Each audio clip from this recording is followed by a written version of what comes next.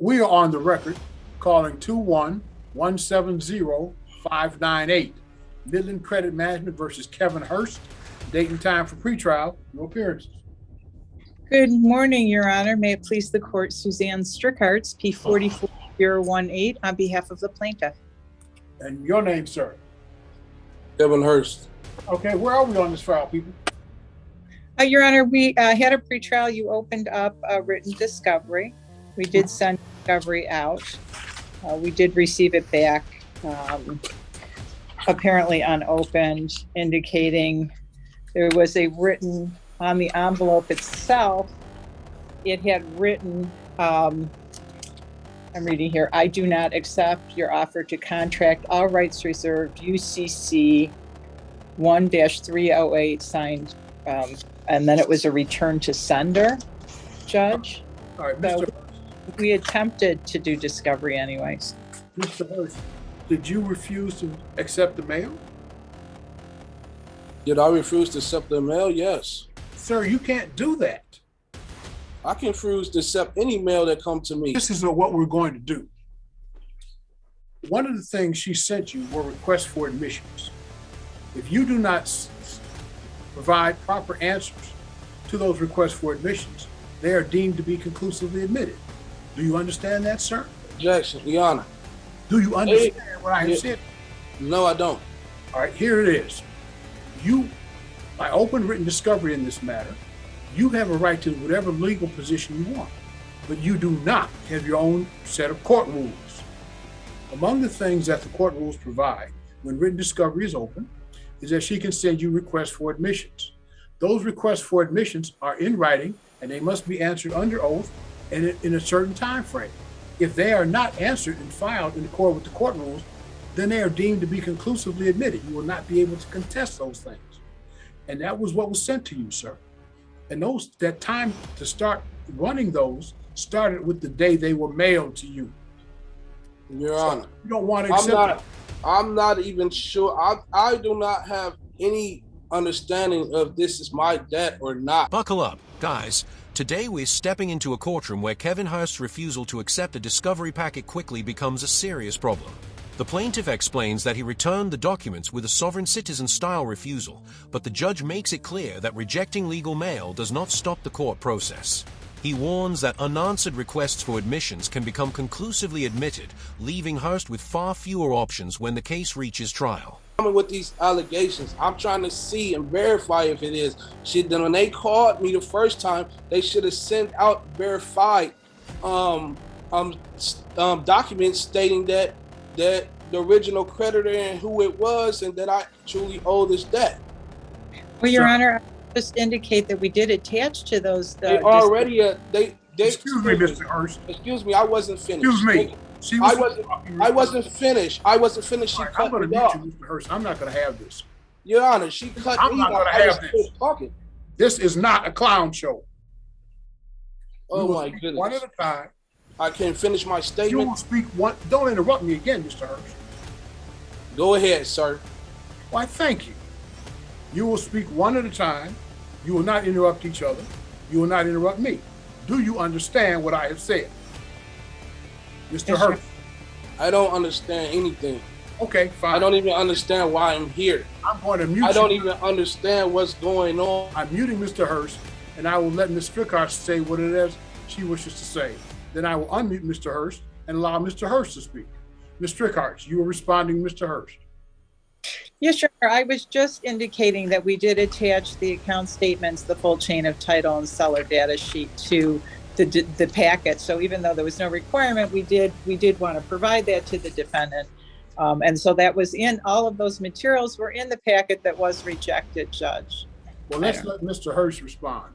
Okay, so the understanding that I have is that they should have contacted me 5 days after they should have gave me documents 5 days after they contacted me about the alleged debt.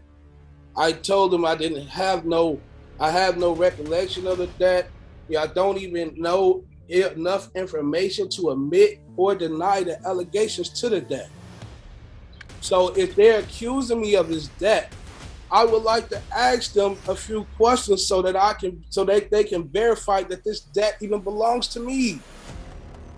And that's why I refused the packet, because I don't know if they're trying to contract with me or not. They didn't know what it was, so I sent it back. All right, let me explain it to you again. Whatever political views you have, I had no understanding that they were sending me these things. They didn't even tell me that they was going to send me. In the last court date, did they say, or did she say, we're going to send you something? sir, I opened written discovery. That allows you to serve written discovery. That allows her to serve written discovery. And she did so. If you elect not to receive it, then that's on you. That's the risk, and you bear the risk of that. But I would urge you, and let me tell you, as I told you at the beginning, you have an absolute constitutional right to represent yourself, but what you do not have is a right to your own set of court rules. You may not be frustrating the court rules, sir, by refusing to accept mail. If that's the choice you make, then that's the choice you make, and you will have to live with the consequences of that. I would urge you, sir, perhaps you might want to get counsel, because I don't think you understand the process, and I'm not at all sure you understand the consequences of the choices that you are making. However, as I indicated, you have an absolute constitutional right to represent yourself. I would urge you to get counsel. So I'm going to give you another date. And sir, she is going to do what she does to represent her client, and you're going to do what you do. And if the court rules will cut against you, then so be it. Question. They are claiming that this debt belonged to me. Would they have to produce all the proof and verify that this debt belongs to me? The plaintiff has the burden of proof, Mr. Hurst. That's right. So she had to produce the proof that this debt belongs to me, right? She has the burden of proof. Okay. Thank you. Hurst insists he needs proof that the alleged debt actually belongs to him, but the judge is increasingly frustrated by his confusion and interruptions. The court explains that the packet he rejected already contained account statements and the chain of title. The judge then gives Hurst a blunt warning. Representing himself is his right, but creating his own courtroom rules is not. Refusing legal documents is his choice, but he must accept whatever consequences follow. All right. Judge, I'm sorry, Ms. Strickhart? Your Honor, would it be possible for us to receive a motion date for, say, mid-July? Let's give him one more opportunity. Oh, you want me to resend the packet, Judge? I want you to resend the package. And sir, let me urge you as strongly as I can to receive and open the package. Because if you do not, the request for admissions will be deemed to be conclusively admitted. The lawsuit, as a practical matter, will be over. Do you understand what I have said to you? Yeah, I understand. I got a question. Should they have sent me something before they send me this package since the last court date? Sir, to verify that? Sir, they're not required. If you think you need some information, you have the right to seek discovery too. But you can't tell them how to litigate their case. Okay, so she's going to send me a packet, and I'm going to send her back a packet as well, right? No, you're going to do what you choose to do. She's going to send you again those requests for admissions. Well, you said the Don't interrupt me again. We had this conversation before, didn't we? Sorry. We had this conversation before. Go ahead. As a courtesy to you, she's going to send you the request for admissions one more time. You will either accept the package or you will not. You will answer and serve the request for admissions in accord with the Michigan court rules, or you will not. And then if you do not, then those things will be deemed to be conclusively admitted. If you choose to send written requests for discovery, you have a right to do that too. You can send written interrogatories, requests for production of documents, and requests for admissions. Same as her. We are on the record. This is 21-170-598. Midland Credit Management versus Kevin Hurst. Date and time for pretrial. Your appearance. Good morning, Your Honor. May it please the court, Suzanne Strickhartz, P44018, on behalf of the plaintiff. And what is your name, sir? Kevin Hurst. Okay. All right. I do hereby reserve all of my rights, waiving none, not to be compelled to perform under any contract or commercial agreement that I did not enter knowingly, voluntarily, or intentionally. I do not accept the liability of any compelled benefit or unrevealed contract or commercial agreement without prejudice. Is there anything else you want to say, Mr. Hurst? That's it. All right. All right, where are we on this file? Judge, discovery's been completed. Motion for summary has been filed. We are looking for the court to assign a date. Okay. Let's get you guys a date. Mr. Hurst, do you have the motion for summary disposition filed on behalf of the plaintiff?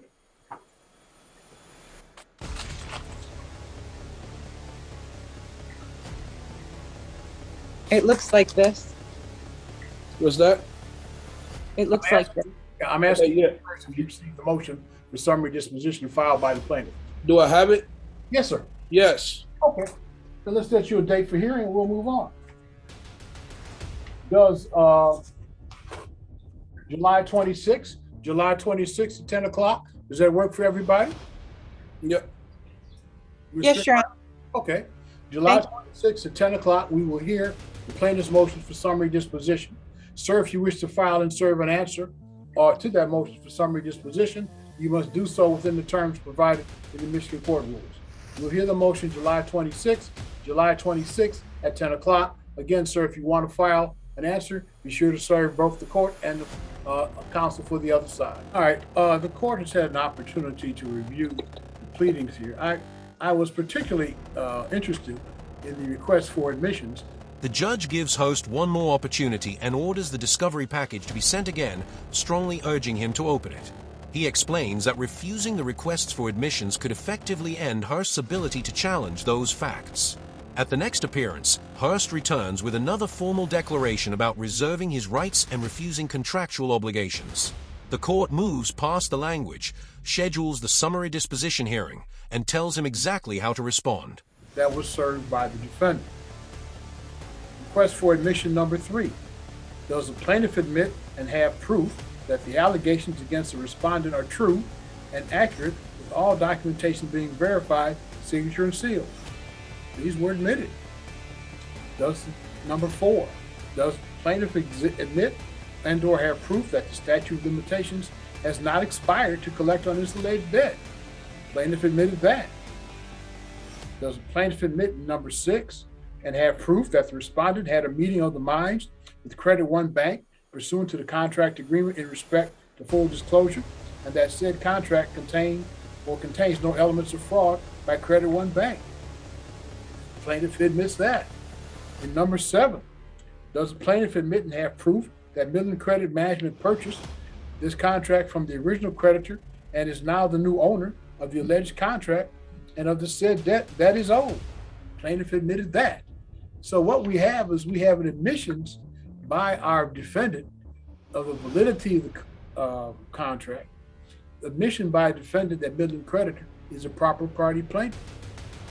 And then we have in our request for admission number 8, does plaintiff admit and have proof that Credit One Bank did loan their credit to respondent and that the respondent is only obligated to pay back in money to Midland Credit Management? Plaintiff admitted that too. I also note for the record that having reviewed the brief answer to plaintiff's motion for summary disposition, first of all, contrary to the court rule, is not supported by an affidavit.